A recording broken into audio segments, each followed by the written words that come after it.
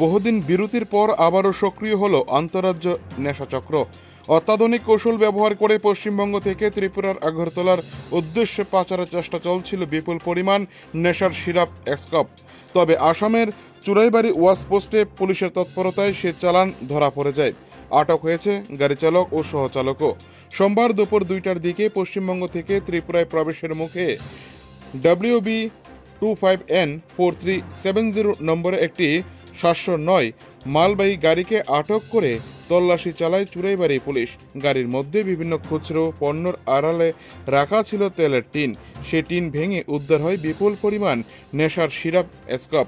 Police জানিয়েছে মোট 390টি tin থেকে উদ্ধার হয়েছে প্রায় 30,420টি বোতল সিরাপ, যার আনুমানিক কালোবাজারি মূল্য প্রায় 3 কোটি টাকা। ঘটনার সঙ্গে জড়িত গাড়ি চালক সামিনুর ইসলাম ও সহচালক শেখ আলামিনকে পুলিশ গ্রেপ্তার করেছে।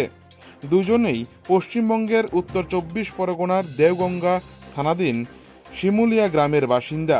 তাদের বিরুদ্ধে NDPS আইনের বিভিন্ন ধারায় মামলা রুজু হয়েছে এবং ঘটনার সূত্র ধরে তদন্ত অব্যাহত রেখেছে পুলিশ।